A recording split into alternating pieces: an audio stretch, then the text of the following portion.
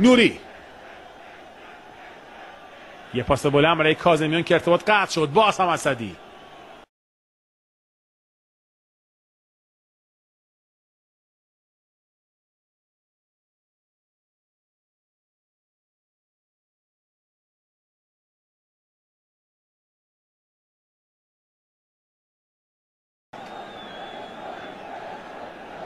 نصرتی،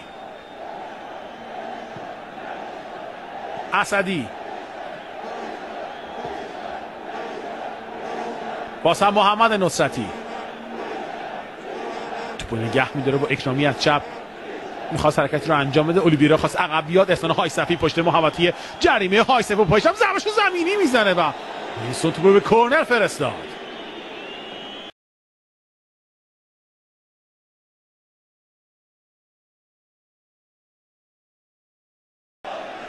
نقی‌زاده، نوری، یه پاس بلند به سمت راست جایی که ماهینی حاضر هست و توپی که به بیرون میره با پرتاب برای تیم تراکتورسازی به دست اومده.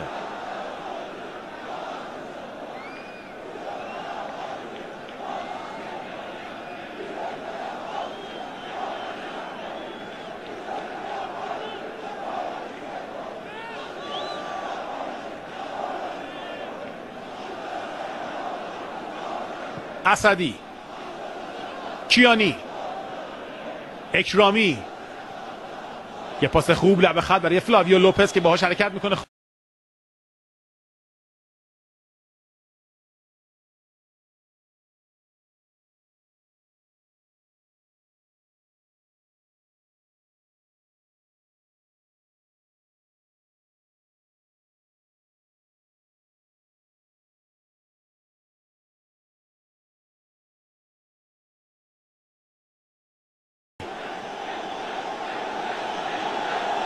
توپگیری پرسپولیسیا، رضایی، باز هم فخردینی توپو دور میکنه با خطا به سود پرسپولیس گرفته شد.